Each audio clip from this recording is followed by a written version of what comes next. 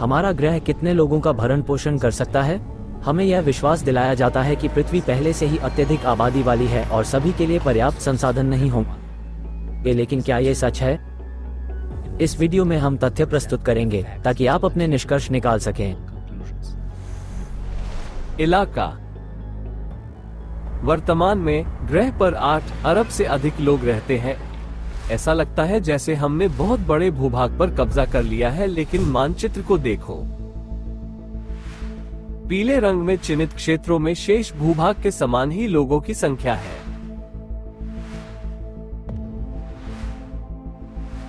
और अगर हम मान भी लें कि हर एक व्यक्ति के पास 200 वर्ग मीटर जमीन है, तब पूरी मानव जाति केवल एक अमेरिकी राज्य अलास्का के क्षेत्रफल के बराबर क्षेत्र में आराम से रह सकती है।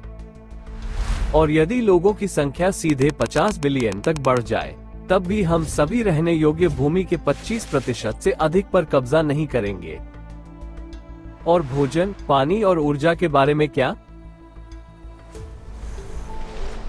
संसाधन। आज प्रौद्योगिकी मानवता को कहीं भी असीमित मात्रा में जैविक भोजन और स्वच्छ पानी उपलब्ध कराने में सक्षम है। ग्रह के किसी भी क्षेत्र में जलवायु क्षेत्र की परवाह किए बिना और यहाँ तक कि सीधे आवासीय क्षेत्रों में भी कीटनाशकों और रसायनों के बिना ऊर्ध्वाधर खेतों में भोजन उगाया जा सकता है। उदाहरण के लिए, ड्रैगन फ्लाई अवधारणा इस संरचना में 132 मंजिलें हैं और यह 600 मीटर ऊंची है। ड्रैगन फ्लाई न केवल फल, सब्जियां और अनाज, बल्कि पशुधन भी उगाने के लिए 28 विभिन्न कृषि क्षेत्रों को समायोजित कर सकता है। ऊर्ध्वाधर खेतों के व्यापक कार्यान्वयन से हमें मवेशियों के चरने के लिए बड़े फसल क्षेत्रों और चरागाहों को छोड़ने की अनुमति मिलेगी। डिक्सन डी डेस्पोमिया के 30 मंजिला पिरामिड फार्म में एक बंद लूप में फल, सब्जियां, मछली और मुर्गी पालन भी उगाया जा सकता है और इसमें मौजूद लगभग हर तत्व को रिसाइकल किया जाता है। ऐसा एक फार्म प्रति वर्ष लगभग 50,000 लोगों को खाना खिला सकता है। तो क्षैतिज खेती का उत्तर क्षैतिज खेत को ऊर्ध्वाधर खेत में ले जाना है।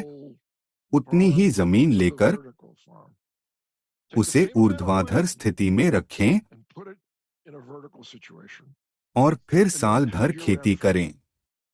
ऐसा करने से घर के अंदर पौधों और जानवरों के लिए अनुकूलतम परिस्थितियां बनाई जा सकती हैं। खेती की इस पद्धति से पैदावार 10 गुना बढ़ जाती है और पारंपरिक कृषि की तुलना में 95% पानी की खपत बचती है।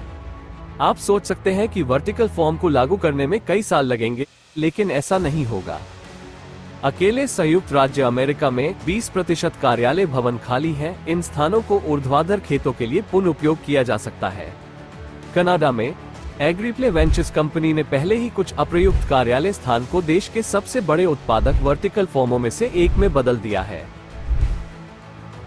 नए भवन स्थापित करना भी कोई समस्या नहीं है। चीनी बिल्डरों के अनुभव से पता चलता है कि एक 30 मंजिला 5 सितारा होटल 15 दिनों में और 57 मंजिला गगनचुंबी इमारत 19 दिनों में बनाया जा सकता है।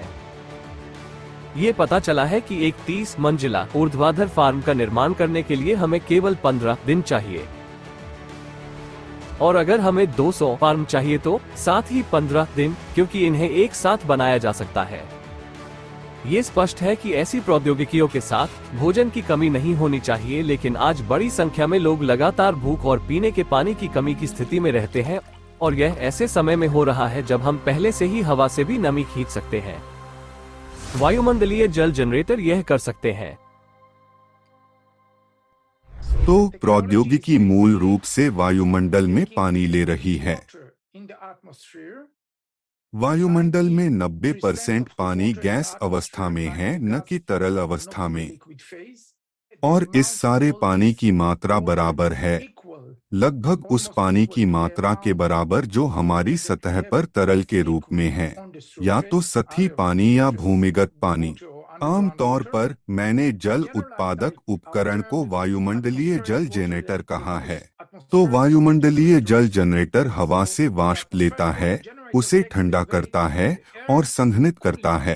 फिर यह संघनित होने वाले पानी को इकट्ठा करता है, इसे कुछ उपचार के माध्यम से डालता है और उपयोग के लिए पीने योग्य पानी का उत्पादन करता है। इस तकनीक की मदद से हम पृथ्वी की पूरी आबादी को स्वच्छ पेयजल उपलब्ध कराने, सभी आर्थिक और औद्योगिक जरूरतों को पूरा करने और यहाँ तक कि रेगिस्तानों को खिलते बगीचों में बदलने में सक्षम होंगे।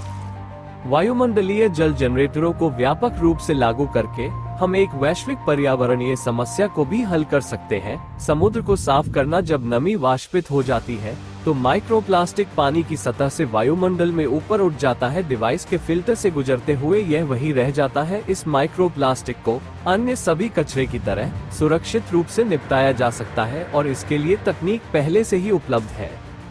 समुद्र से माइक्रोसिल्टिक को विकिरण हम इसके ताप संचालन कार्य को बहाल करेंगे। और तो और जब हम प्लास्टर से विभिन्न अवस्थाओं में मिलते हैं तो वातावरण मीथेन और CO2 से साफ हो जाता है। परिणाम स्वरूप मिडल्स की तापीय चालकता में सुधार होता है, जिसका अर्थ है कि ताप अंतरिक्ष में बेहतर ढंग से नष्ट हो जाता है। अब वायुमंडल की ऊपरी परतें पतली हो रही है और इसकी ऊंचाई कम हो रही है। वायुमंडल से नमी की गहन निकासी से इसकी ऊंचाई सामान्य हो जाती है और ऊपरी परतें अधिक घनी हो जाती है। वातावरण में नमी की मात्रा स्थिर हो जाएगी, जिससे अत्यधिक वर्षा और हवाओं की मात्रा कम हो जाएगी। वायुमंडलीय जल जनरेटर केवल जलवायु परिवर्तन के प्रभावों को कम कर सकते हैं और ग्रह की रिकवरी में तेजी ला सकते हैं। अगर हम ग्रह को बाहरी ब्रह्मांडीय प्रभाव से बचाने की मुख्य समस्या का समाधान करते हैं।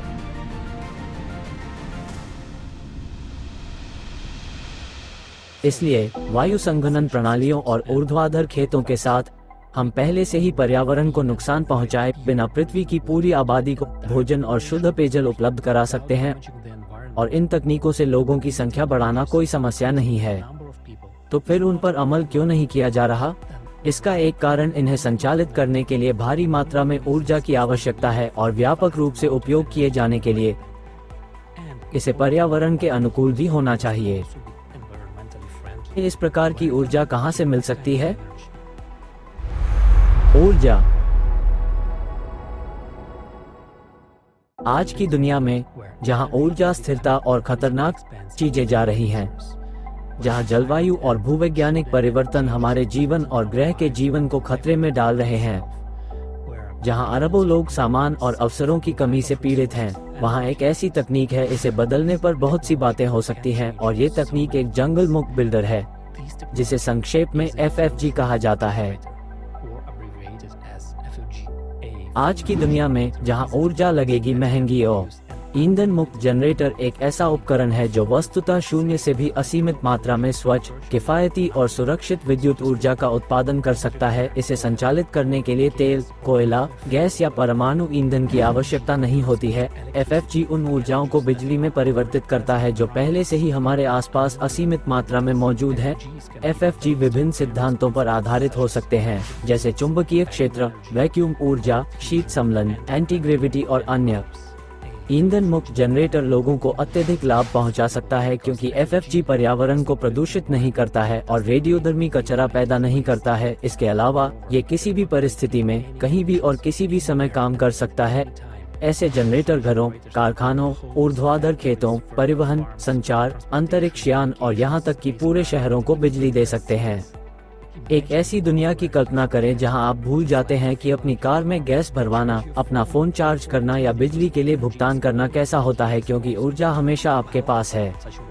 खैर, ऐसी दुनिया एक पूर्ण वास्तविकता है क्योंकि यह सब अभी संभव है।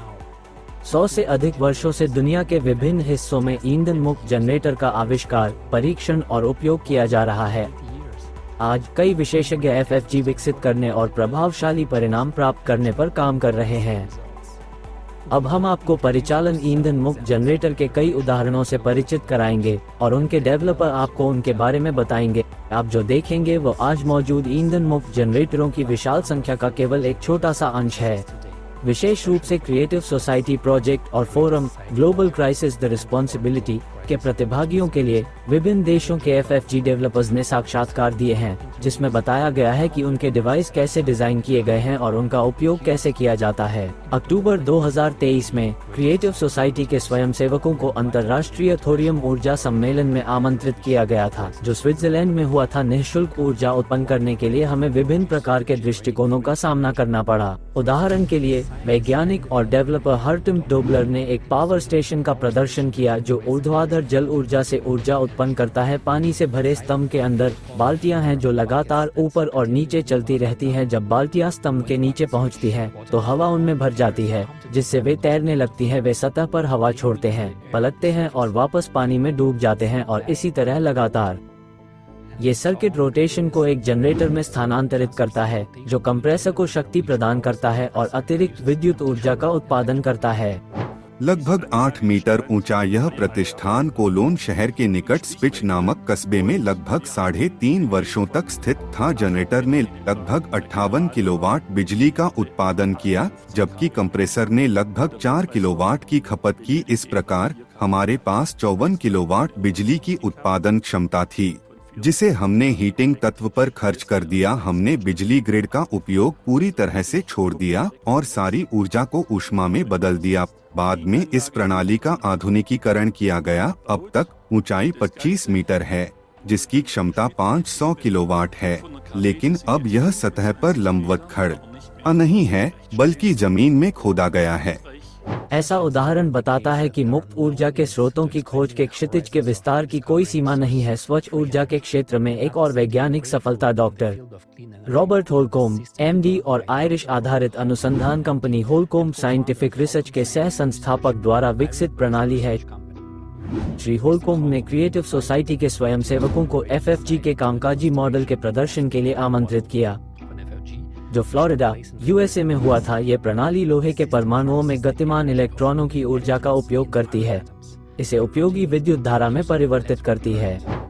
लौह यदि उत्तेजित हो तो इस प्रणाली में उसे उत्तेजित करने के लिए आवश्यक ऊर्जा से 4 गुना अधिक ऊर्जा देगा। तो आप 500% रिटर्न देख रहे हैं, और इकाई कितनी राशि प्राप्त करने में सक्षम है यह इकाई के आकार पर निर्भर करता है।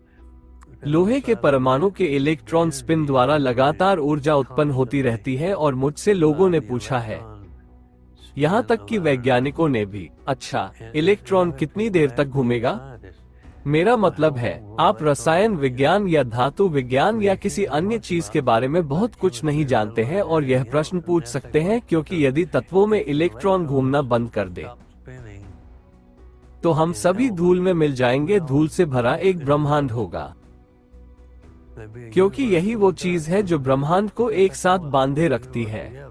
इसके अलावा ये स्वायत्त HES होलकोम्ब एनर्जी सिस्टम आत्मनिर्भरता के माध्यम से किसी भी बाहरी ऊर्जा स्रोत से स्वतंत्र रूप से संचालित होता है। दूसरे शब्दों में, ये किसी भी विद्युत उपकरण को शक्ति प्रदान करने के साथ साथ स्वयं को ऊर्जा भी प्रदान करता है। होलकोम्ब एनर्जी सिस्टम स्वशक्तिशाली और आत्मनिर्भर है। यह एकल इकाई अभी हमारी 12,000 वर्ग फुट की सुविधा को शक्ति प्रदान कर रही है। दुर्भाग्य से हम अगले डिवाइस के लेखक का परिचय नहीं दे सकते, क्योंकि उन्होंने सुरक्षा कारणों से गुप्त रहना चुना है। तथ्य ये है कि आज के उपभोक्ता समाज में FFG विकास, इसे हल्के ढंग से कहें तो पारंपरिक उद्योग द्वारा स्वागत नहीं किया जाता है। इस शोधकर्ता ने मुक्त ऊर्जा के दोहन के लिए भौतिकी के नियमों के प्रति एक अपरंपरागत दृष्टिकोण का भी प्रदर्शन किया। विशेष रूप से वह चुंबक और गुरुत्वाकर्षण की शक्ति का उपयोग करके लेंज के नियम को बाईपास करने में कामयाब रहे। उन्होंने पाया कि स्थायी चुंबकों से बने रोटर वाले जनरेटर में ऊर्जा का योग होता है, और उन्होंने इस घटना को गुरुत्वाकर्षण चुंबकीय प्रभाव से जोड़ा।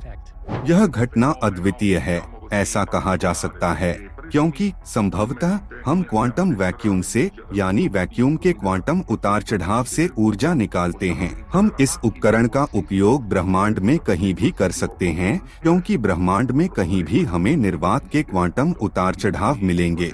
दूसरे शब्दों में, अंतरिक्ष में किसी भी बिंदु पर किसी भी परिस्थिति में, मान लीजिए चुंबकीय क्षेत्र की, अगर हम ग्रहों के भूचुंबकीय क्षेत्र के बारे में बात करें, वर्तमान में हमारे डिवाइस की दक्षता 200% है। इस उपकरण को बनाने के पीछे का उद्देश्य केवल यह प्रदर्शित करना था कि हमारे पास ईंधन का उपयोग किए बिना ऊर्जा निकालने की क्षमता है। यह केवल चुंबकों और चालकों का उपयोग करता है। यहाँ जिम्बाब्वे के एक और आविष्कारक तापीवा मुवुंगनी उदाहरण के तौर पर हैं कि कैसे कोई लोगों की मदद करने के प्रयास में आसानी से उपलब्ध सामग्रियों से विद्युत प्रवाह का ईंधन मुक्त स्रोत इकट्ठा कर सकता है। उनके उपकरण में 3 बैटरियां और एक इन्वर्टर है जो प्रत्यक्ष धारा को प्रत्यावर्ती धारा में परिवर्तित करता है, जिससे आम घरेलू उपकरणों को जोड़ा जा सकता है, ये सुनिश्चित करने के लिए कि बैटरियां बिना डिस्चार्ज हुए आवश्यक आउटपुट पावर प्रदान करें।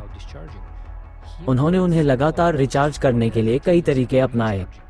दूसरी चीज जिसका हम उपयोग करते हैं, मुझे लगता है कि वो उपकरणों को दीप्तिमान ऊर्जा या वायुमंडलीय बिजली द्वारा चार्ज करना है, अगर मैं इसे भी कह सकता हूँ। और इसके शीर्ष पर हमें पृथ्वी में टेल्यूरिक धाराओं के कुछ सिद्धांतों का भी उपयोग करने को मिलता है। तो टेल्यूरिक धाराएं मूल रूप से प्राकृतिक रूप से उत्पन्न होने वाली विद्युत धाराएं हैं जो कमोबेश पृथ्वी की सतह पर या उसके नीचे होती है और यह पृथ्वी के समानांतर चलती है। मुझे लगता है कि तीसरा अच्छा उत्तोलन है जो हमें इस मामले में उपयोग करने के लिए मिलता है, ये है मान लीजिए बहिष्करण क्षेत्र के पानी की शक्ति। तो कुंजी एक बहुत ही मानक की व्यवस्था करने में सक्षम होना है। मान लें कि सेल बहिष्करण क्षेत्र पानी या चौथे चरण के पानी के सिद्धांतों पर काम कर रहा है, जो आपको इन बैटरियों को रिचार्ज करने के लिए जितना संभव हो उतना वर्तमान उत्पादन करने की अनुमति देता है। तो जैसा कि मैंने बताया, हमारे ट्रायल रन से सबसे पहला परीक्षण जो हम बनाने में कामयाब रहे वो 22 अगस्त में। इसका बिजली उत्पादन 1 kVA या 1 किलोवाट था। यह 1000 वाट जैसा है, लेकिन ये यहीं तक सीमित नहीं है। कजाकिस्तान का एक आविष्कारक लीवर नियम और गुरुत्वाकर्षण बल का बेहद असामान्य तरीके से उपयोग करने में कामयाब रहा। मराठ पामाखोव किसी बाहरी शक्ति स्रोत की आवश्यकता के बिना एक नियमित पानी के पहिए को अंतहीन रूप से घुमाने में कामयाब रहे। अपने आविष्कार में उन्होंने पानी के पहिए द्वारा गतिमान जनरेटर का उपयोग किया। इससे उत्पन्न ऊर्जा को पहिए को पानी की आपूर्ति करने के लिए वापस निर्देशित किया जाता है। उपकरण स्वनिर्भर होता है और उपभोक्ता को विद्युत शक्ति प्रदान करता है। Hydro electric power station (HPS) के संचालन का सिद्धांत क्या है? पानी दबाव में डाला जाता है और टरबाइन को घुमाता है। मैंने कुछ ऐसा ही बनाया है, सिवाय पानी के दबाव के। इसके बजाय एक फ्लाईव्हील का उपयोग करके पानी की एक निश्चित मात्रा को फ्लाईव्हील पर निर्देशित किया जाता है, जो चरखी को घुमाता है और वह जनरेटर को घुमाएगा। जनरेटर बदले में अपनी बैटरी अपने पंप को बिजली देगा और फिर आगे की खपत के लिए बिजली की आपूर्ति जारी रखेगा, जिसमें लीवर का नियम भी शामिल है। तदनुसार लीवर जितना लंबा होगा उतनी अधिक ऊर्जा स्थानांतरित होगी। अगला उपकरण जिसके बारे में हम आपको बताएंगे उसे जर्मन गणितज्ञ और उद्यमी होगर थॉर्स्टेन शुबार्ट द्वारा विकसित किया गया था। क्रिएटिव सोसाइटी के लिए विशेष रूप से एक गहन साक्षात्कार में उन्होंने अपनी टीम द्वारा बनाए गए डिवाइस के संचालन सिद्धांतों को समझाया, जिसे न्यूट्रिनो पावर क्यूब के नाम से जाना जाता है। यह मूलतः ग्राफीन और डोप सिलिकॉन की कई वैकल्पिक परतों का एक सैंडविच है। ये तकनीक इस ऊर्जा को अवशोषित करने वाले ग्राफीन परमाणुओं के कंपन के माध्यम से कणों की गतिज ऊर्जा को बिजली में परिवर्तित करने पर आधारित है। न्यूट्रिनो वोल्टाइक एक ऊर्जा संचयक यंत्र है। यह ऊर्जा उत्पन्न नहीं करता, यह मौजूदा ऊर्जा को परिवर्तित करता है और हमारे चारों ओर बहुत सारी ऊर्जा है। ये सब इसी के बारे में है। हमारी चाल ये है कि हम बड़ी भौतिक सतहें बनाते हैं। निर्मित ऊर्जा बहुत कमजोर है, इसीलिए इस तरह के एक क्यूब में जो बहुत कॉम्पैक्ट दिखता है, लेकिन इसमें 1500 वर्ग मीटर तक का वेफर सतह क्षेत्र होता है। इसका मतलब है कि मूल रूप से ये क्यूब एक मुड़े हुए विशाल आकार के सौर सेल के अलावा कुछ भी नहीं है जो गैर दृश्यमान प्रकाश के साथ बातचीत करता है। परिणामस्वरूप हमें शुद्ध आउटपुट पावर प्राप्त होती है जो हमारे पास वर्तमान में है। इसे विभिन्न आकारों में बनाया जा सकता था। 5 किलोवाट की आउटपुट पावर जो एक बड़े फ्लैट या छोटे घर के लिए पर्याप्त है, और यदि तुम्हें और चाहिए तो तुम बस 2 ले लो। श्री शुबार्ट ने क्रिएटिव सोसाइटी के प्रतिभागियों के साथ विश्व समुदाय में FFG के विकास और व्यापक कार्यान्वयन में निरंतर प्रगति के लिए अपनी प्रेरणा भी साझा की। ऊर्जा आपूर्ति का शांति से, जीवन से, शिक्षा से, प्रकाश से कुछ लेना देना है। जिनके पास ऊर्जा नहीं है वे आज की दुनिया में प्रतिस्पर्धा करने में बिल्कुल भी सक्षम नहीं है। कई महाद्वीपों के पावर ग्रिड अलग थलग हैं। आज हम इस दुनिया में जो युद्ध लड़ रहे हैं, भू राजनीतिक संघर्ष, उनका कारण हमेशा जीवाश्म ईंधन के अंतिम संसाधनों का वितरण होता है, मेरे व्यक्तिगत विचार में। और यही कारण है कि मैं इस परियोजना का नेतृत्व भी करता हूँ। मैं कल्पना करता हूँ कि यदि भविष्य में इस प्रकार की ऊर्जा आपूर्ति प्रचलित हो जाती है तो दुनिया थोड़ी बेहतर और अधिक शांतिपूर्ण हो सकती है, और इसके लिए यह उन सभी समस्याओं और कठिनाइयों पर काबू पाने के लायक है जिनसे मैं पिछले 15 वर्षों में गुजरा हूँ। और यदि आप हथियारों पर खर्च किए जा रहे इन सभी अरबों को लें, तो इसका उपयोग लोगों को ऊर्जा, भोजन, शिक्षा प्रदान करने और इन सभी मुद्दों को हल करने के लिए किया जा सकता है। और अब मैं आपको यही बताने जा रहा हूँ। आज हम पहले से ही उस स्थिति में हैं जब इसे रोकना असंभव है। आज हम उस बिंदु पर हैं जहां बहुत से लोग ये समझ चुके हैं कि यह कैसे काम करता है। आज आपने जो उदाहरण सुने हैं वे इस तथ्य का सशक्त प्रमाण है कि औद्योगिक और घरेलू जरूरतों के लिए असीमित स्वच्छ ऊर्जा हमारे पास पहले से ही उपलब्ध है। तो ऐसी प्रौद्योगिकियां हैं जो ग्रह पर पूरी मानवता को असीमित मात्रा में आवश्यक ऊर्जा प्रदान कर सकती हैं। 8 अरब लोगों और यहाँ तक कि 50 अरब लोगों को। इतिहास से पता चलता है कि प्रत्येक नए अरब लोग सभ्यता के विकास को गति देते हैं और एक तकनीकी सफलता हासिल करने की अनुमति देते हैं जो हमें उच्च स्तर तक उठाती है और समाज के लिए नए अवसर खोलती है।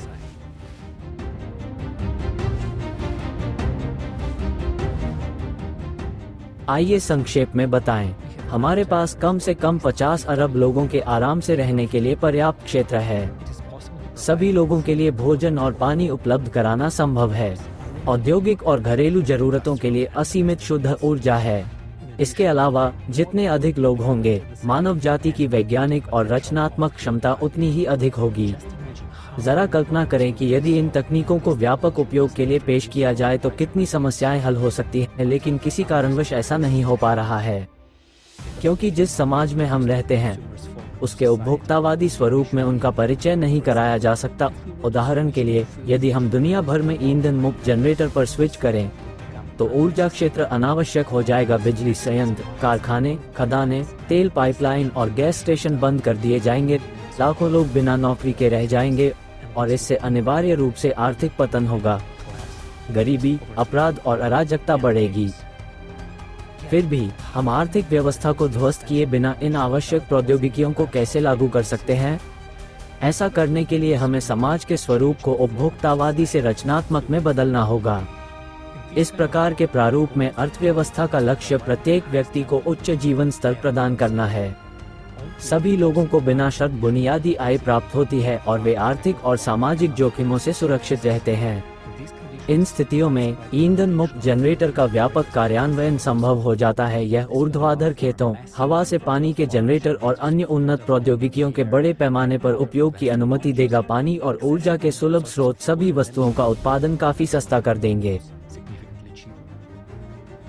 ये हमारी वास्तविकता बन सकती है यदि लोग जिम्मेदारी लें और समाज के स्वरूप को बदलने का निर्णय लें।